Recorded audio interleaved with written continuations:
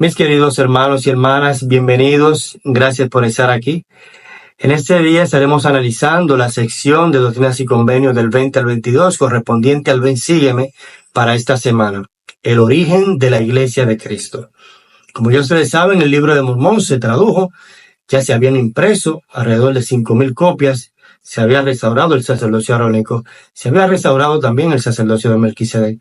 Por tal razón, la Iglesia de Jesucristo ya estaba dando sus primeros pasos para salir de la oscuridad y de las tinieblas a la luz.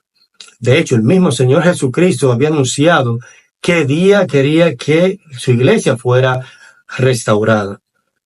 Así que por medio de revelación, el profeta José Smith se reunió con un grupo de personas, alrededor de 40, 50 hombres y mujeres, el martes 6 de abril del año 1830, para poder llevar a cabo la primera reunión de la iglesia en esta última dispensación.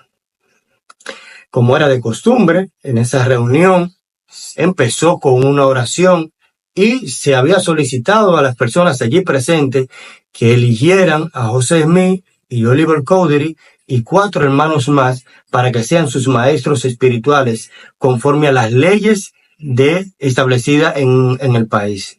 Con el consentimiento de los allí presentes, José Smith confirmó a Oliver como elder de la iglesia y Oliver hizo lo mismo. Luego se procedió a otorgarle el don del Espíritu Santo y confirmar miembros de la iglesia a las personas que ya habían sido bautizadas. Una vez que habían recibido el Espíritu Santo, dicen que allí se manifestó el Espíritu de tal manera que muchas personas se regocijaron, otras profetizaron y todas estaban alabando al Señor.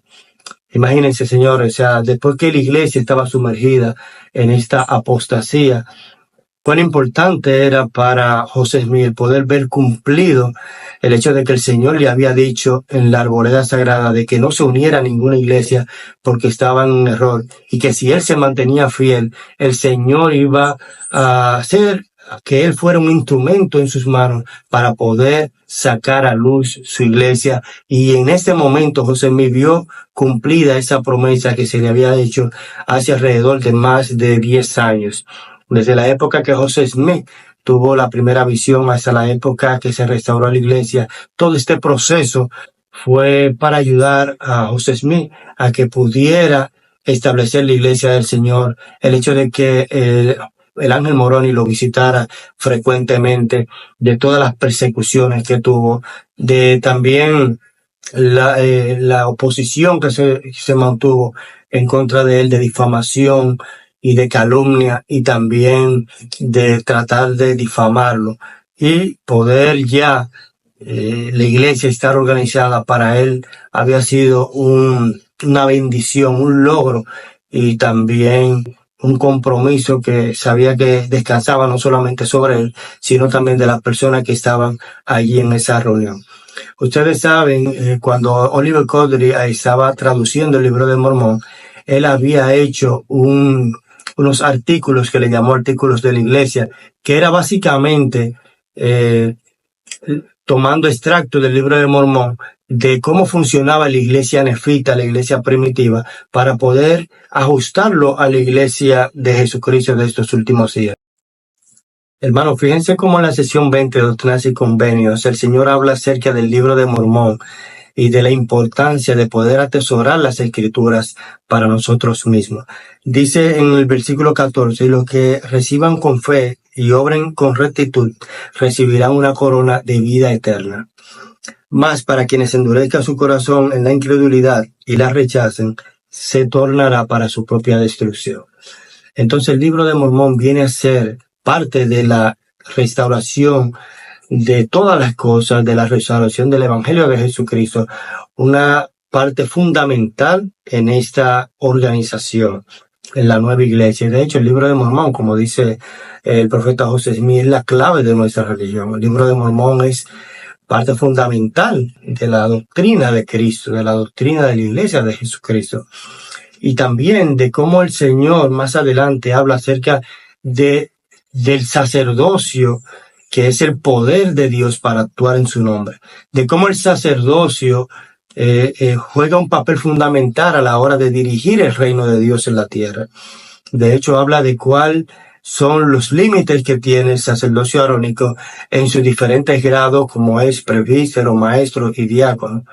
También explica el sacerdocio de Melquisedec y también sus poderes y alcances que tienen dentro del reino de Dios. El Señor en esta sesión de Doctrinas y Convenios, en la sesión 20, habla acerca de la Santa Cena y cuál es la manera como debe de administrarse la Santa Cena. Explica que el pan se administra como representación del cuerpo de Cristo y el vino, en esta ocasión lo menciona, como representando la sangre de Jesucristo. Y lo más importante de la oración de la Santa Cena, que todo en sí es importante, sin embargo, es el convenio que hacemos al tomar y participar de los sacramentos. El Señor especifica, y así se ha mantenido hasta el día de hoy, de que al efectuar este convenio estamos tomando sobre nosotros el nombre de Jesucristo, recordarle siempre y guardar sus mandamientos. Y es básicamente el mismo convenio que hacemos al bautizarnos, y por tal razón, al participar de la Santa Cena, es la renovación semanal que hacemos de este maravilloso convenio. Y aquí más adelante, la sección 21 de Doctrinas y Convenios, el Señor dice en el versículo 1, he aquí que se llevará entre vosotros una historia, y ella será llamado vidente, traductor, profeta, apóstol de Jesucristo, élder de la iglesia, por la voluntad del Padre y la gracia de tu Señor Jesucristo. Como dice Amós 3:7, porque no hará nada Jehová el Señor sin que revele sus asuntos a sus siervos los profetas. Fíjense cómo aprendemos aquí que el sacerdocio no se recibe ni por el estudio de las Escrituras, ni tampoco se recibe por un sueño que nosotros hayamos tenido de que el Señor nos dio la autoridad. La autoridad del sacerdocio se transfiere de una persona a otra por medio de la imposición de las manos. Y para que tengamos una idea de cuán importante es el sacerdocio, sin el sacerdocio Dios no pudo haber efectuado la creación de este mundo. Sin el sacerdocio Jesucristo no podía llevar a cabo efecto la expiación. Sin el sacerdocio nosotros no tendríamos acceso a la mayor porción de luz que da el Espíritu. Sin el sacerdocio no pudiéramos nosotros conocer a Dios. Por eso es la importancia de poder honrar este sacerdocio y de poder actuar de la manera correcta para ser digno de este poder que Dios le da a los hombres dignos de la Iglesia de Jesucristo de los Santos de los últimos días. Hermanos, la sección 21 de Doctrinas y Convenios, aquí en esa parte el Señor habla a la Iglesia y le explica la importancia de tener profetas. Y de hecho le dice al profeta José Smith en esa revelación el Señor, he aquí se llevará entre vosotros una historia y en ella será llamado vidente, traductor, profeta, apóstol de Jesucristo, élder de la iglesia por la voluntad de Dios el Padre y la gracia de tu Señor Jesucristo. Y en el versículo 5 dice, porque recibiréis su palabra con toda fe y paciencia, como si viniera de mi propia boca. Lo que yo al Señor he dicho, yo lo he dicho y no me disculpo. Y aunque pasaren los cielos y la tierra, mi palabra no pasará, sino que toda será cumplida, sea por mi propia voz o la voz de mi siervo, es lo mismo. Tenemos las Escrituras, como vimos al principio, tenemos el sacerdocio, tenemos el profeta y tenemos la revelación. La iglesia de Jesucristo se organizó bajo los mismos fundamentos de la iglesia primitiva, porque el Señor no va a ir a ser el mismo hoy, mañana y siempre. Por tal razón, la iglesia de Jesucristo seguirá bajo esa misma estructura. Podrán variar según las circunstancias, pero en esencia sus fundamentos siempre serán los mismos. Una de las preguntas que surgió en el inicio de la restauración de la iglesia fue precisamente aquellas personas que querían unirse al evangelio y deseaban saber si tenían que ser bautizados o podían unirse sin la necesidad de recibir el bautismo. Y por eso se recibe la sección 22 de Doctrinas y Convenios, donde el Señor explica de manera específica en el versículo 2, por consiguiente, aunque un hombre se bautice 100 veces, de nada le aprovecha, porque no podéis entrar por la puerta estrecha por la ley de Moisés, ni tampoco por vuestras obras muertas. Entonces, aunque una persona se haya bautizado, de hecho, cuando yo estuve en la misión, muchas personas decían, bueno, ya yo me bauticé en otra iglesia, es necesario que yo me bautice. Y nosotros le ayudamos a entender de que el bautismo que habían efectuado no se había hecho tal vez de la manera correcta. Por tal razón no tenía el sacerdocio, la persona que lo hizo no tenía la autoridad para hacerlo, y por vía de consecuencia, entonces el bautismo no tenía validez para con Dios, y era necesario, sí, que se bautice nuevamente. Y de esa manera, pues las personas entendían de que si querían unirse al Evangelio de Jesucristo tenían que bautizarse. O sea, no importa cuántas veces tú te hayas bautizado, si no lo haces de la manera correcta, no tiene validez en esa vida y en la vida que viene.